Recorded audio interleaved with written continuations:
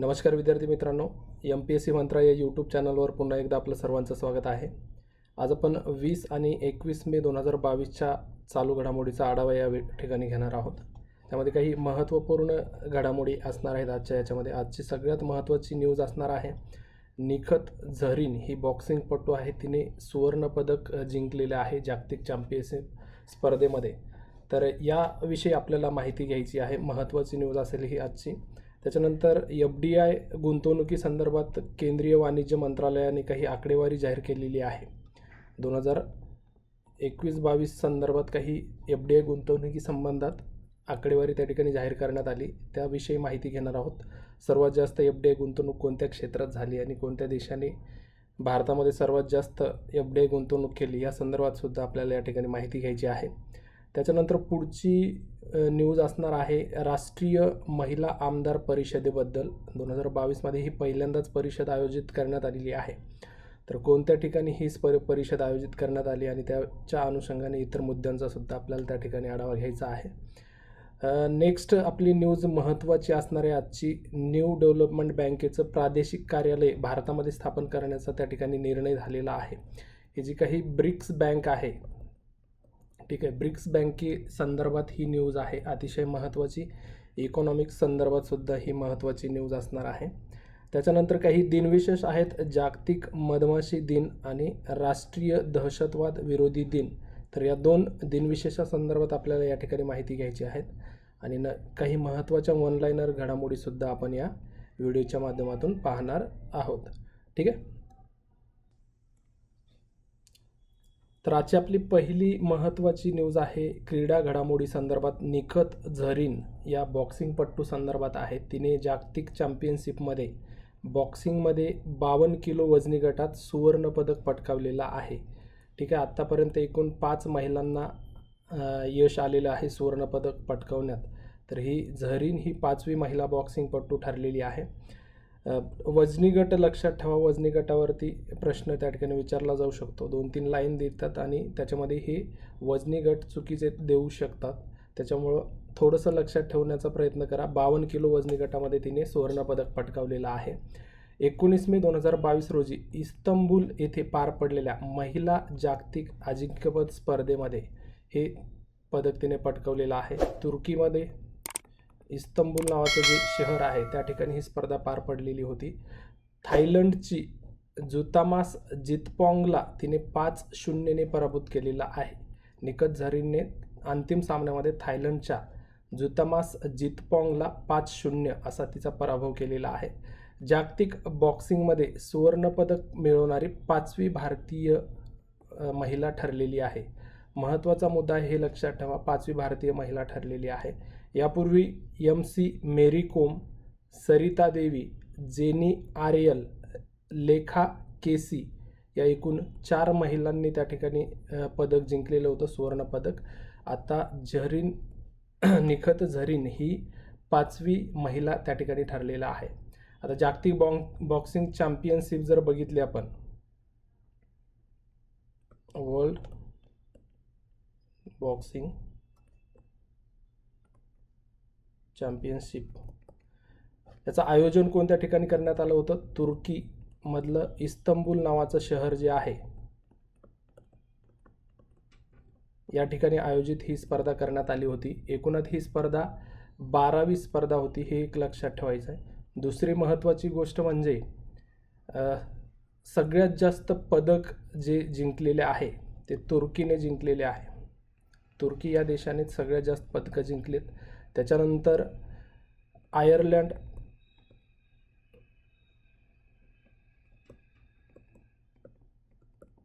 आयर्लंडने जिंकलेत आणि तिसऱ्या क्रमांकावरती भारताचा क्रमांक आहे.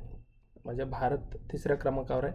भारताने 1 सुवर्ण आणि 2 कांस्य पदके जिंकलेली आहेत या स्पर्धेमध्ये. हे लक्षात ठेवा, महत्त्वाचा मुद्दा आहे. ठीक आहे. इंटरनॅशनल बॉक्सिंग असोसिएशनद्वारे या स्पर्धेचं आयोजन केलं जातं. महत्त्वाची स्पर्धा आहे.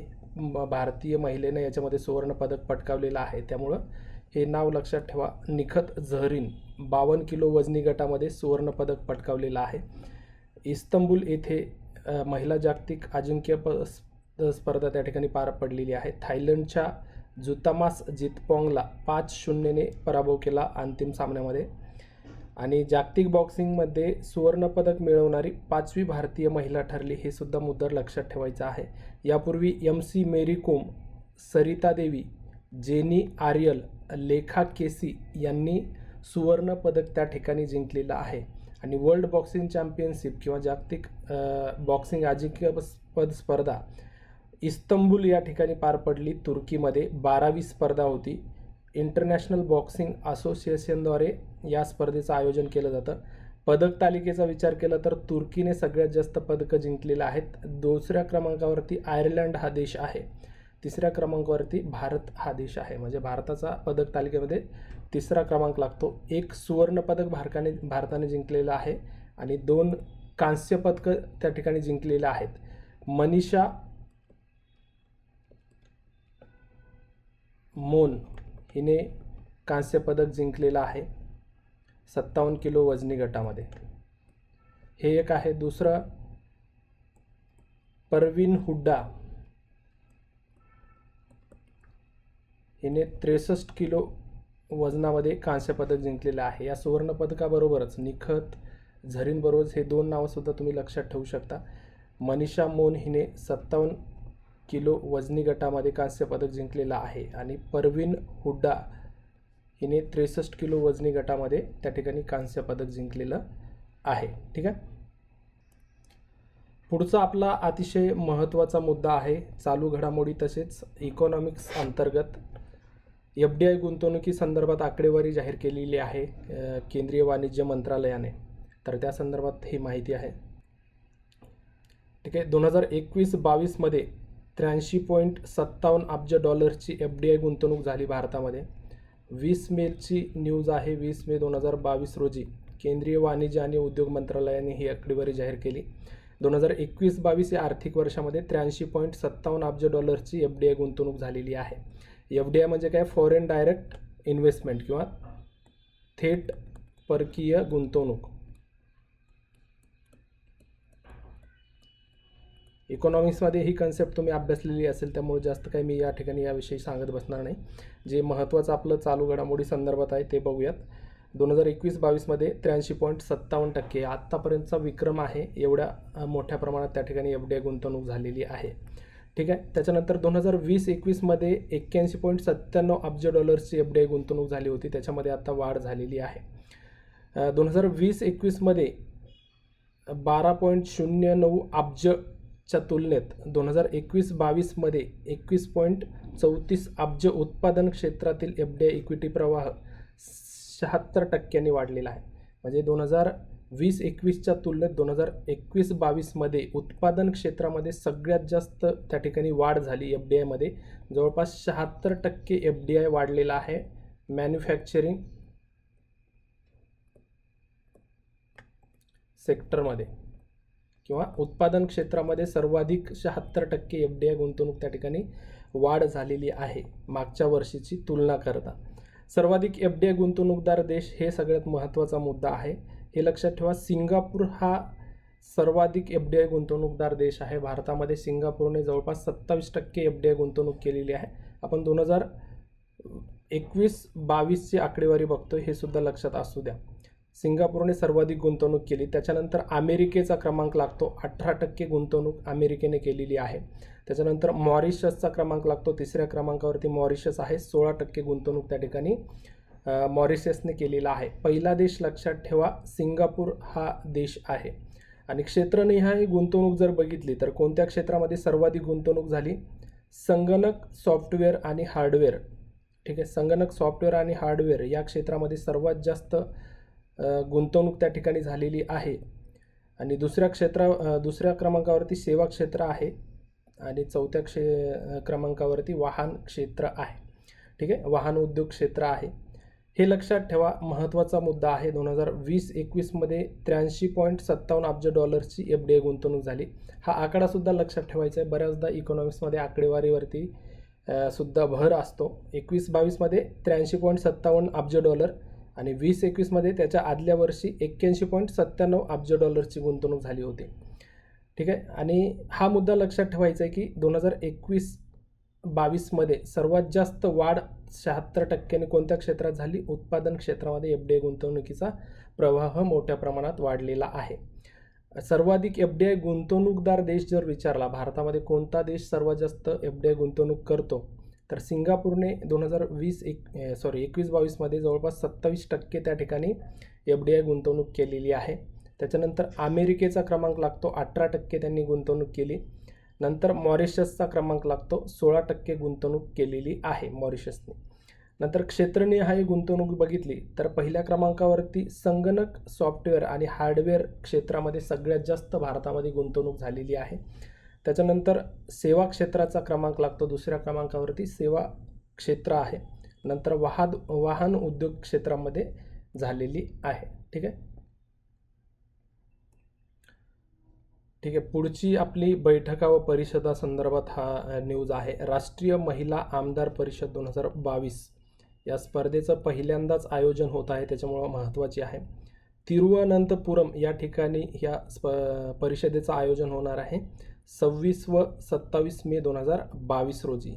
आणि ही पहिली परिषद असणार आहे. आयोजक कोण आहे? केरळ विधानसभेतर्फे या ठिकाणी आयोजन करण्यात आलेलं आहे किंवा या परिषदेचं आयोजन करण्यात येणार आहे.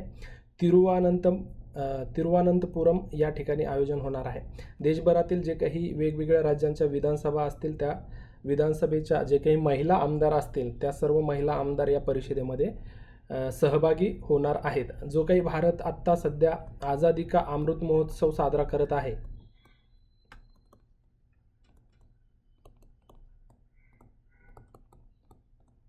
भारताला स्वातंत्र्याची 75 वर्ष पूर्ण होत असल्यानिमित्ताने केंद्र सरकारद्वारे आझादी का अमृत महोत्सव साजरा केला जात आहे. त्या अनुषंगाने या परिषदेचं त्या ठिकाणी केरळ विधानसभेतर्फे आयोजन करण्यात आलेलं आहे. लक्षात ठेवा कोणत्या ठिकाणी ही ही परिषद पार पडणार आहे. तिरुवनंतपुरम या ठिकाणी या परिषदेचं आयोजन करण्यात आलेलं आहे. 26 व 27 मे 2022 या 2 दिवसीय परिषदेचं त्या ठिकाणी आयोजन करण्यात येणार आहे. पहिली परिषद आहे, म्हणजे पहिल्यांदाच या परिषदेचं आयोजन करण्यात आलं. केरळ विधानसभेद्वारे याचं आयोजन करण्यात आलेलं आहे. आणि भारताचे जे काही राष्ट्रपती आहेत,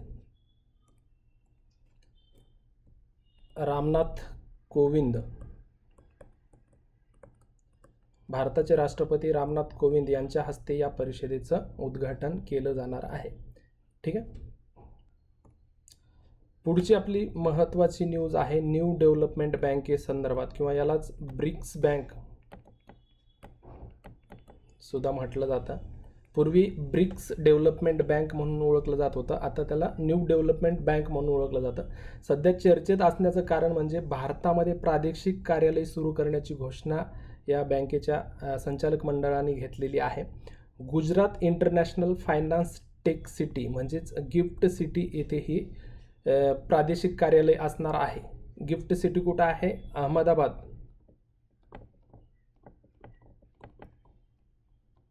गुजरातमधील जो अहमदाबाद जिल्हा आहे त्या ठिकाणी या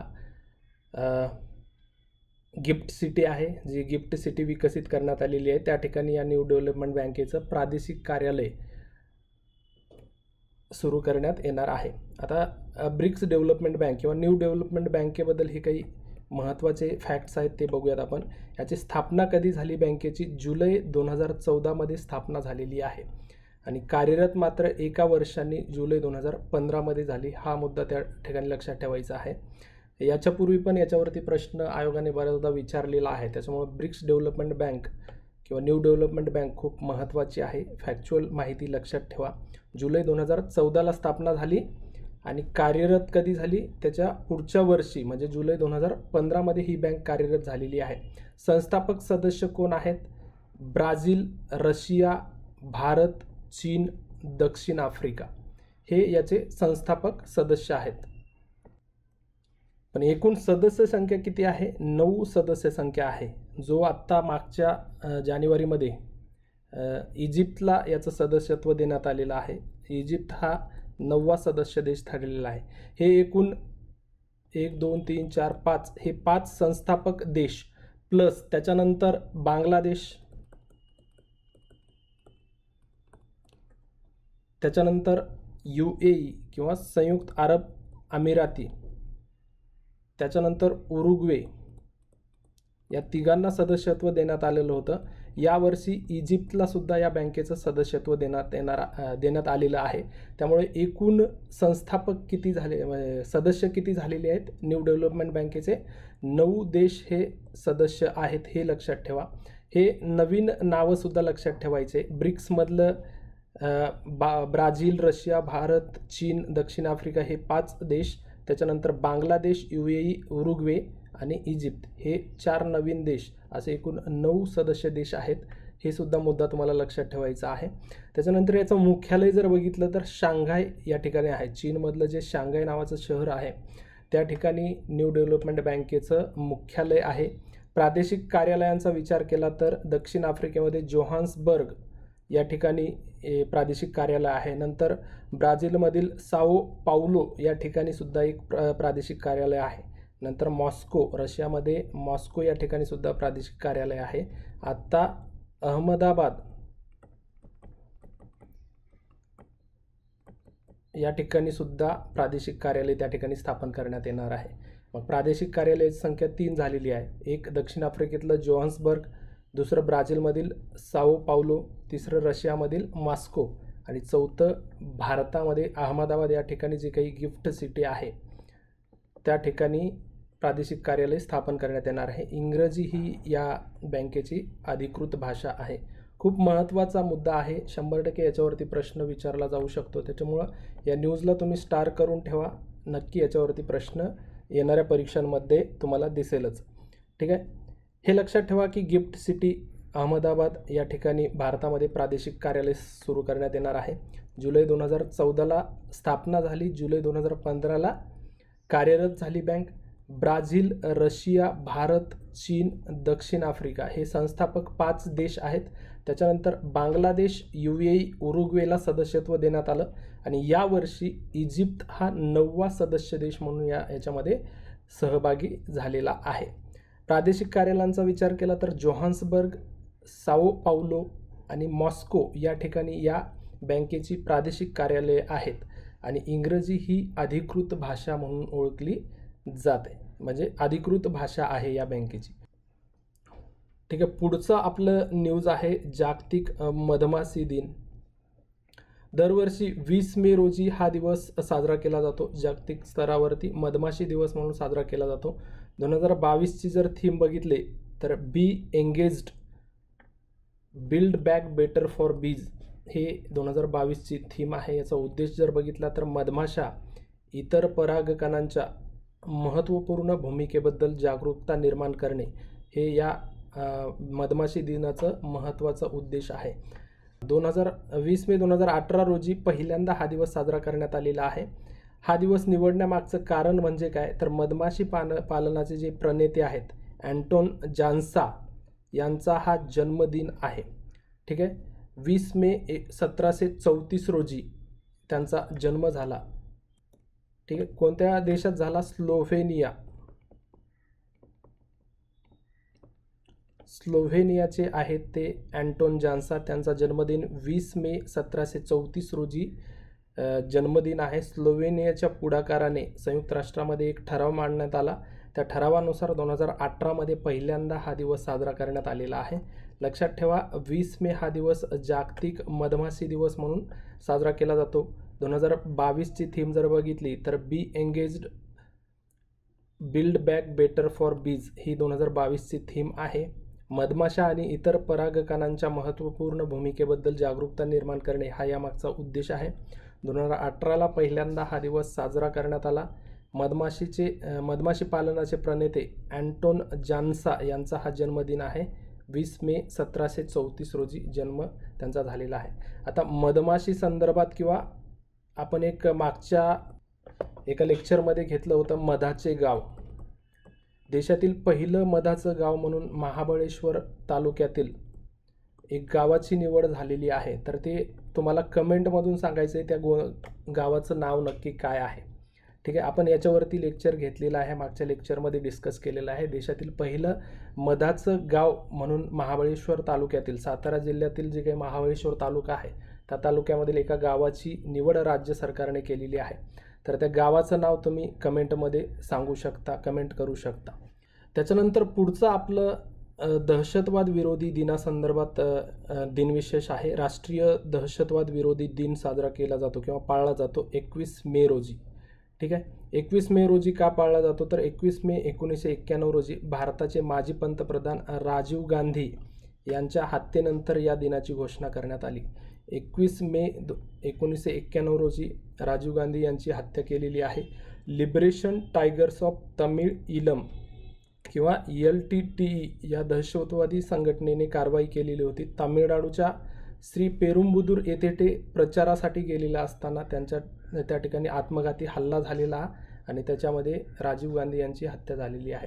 राजीव गांधी यांची हत्या LTTEने का केली तर जे काही श्रीलंकेमध्ये वेगळं तामिळ स्टेट निर्माण करण्याची मागणी झाली होती त्यावेळेस त्या ठिकाणी जे काही अराजकता निर्माण झालेली होती तर भारत सरकारने किंवा राजीव गांधी यांच्या सरकारने श्रीलंकेमध्ये शांती सैनिक पाठवलेलं होतं हे आंदोलन थोपवण्यासाठी.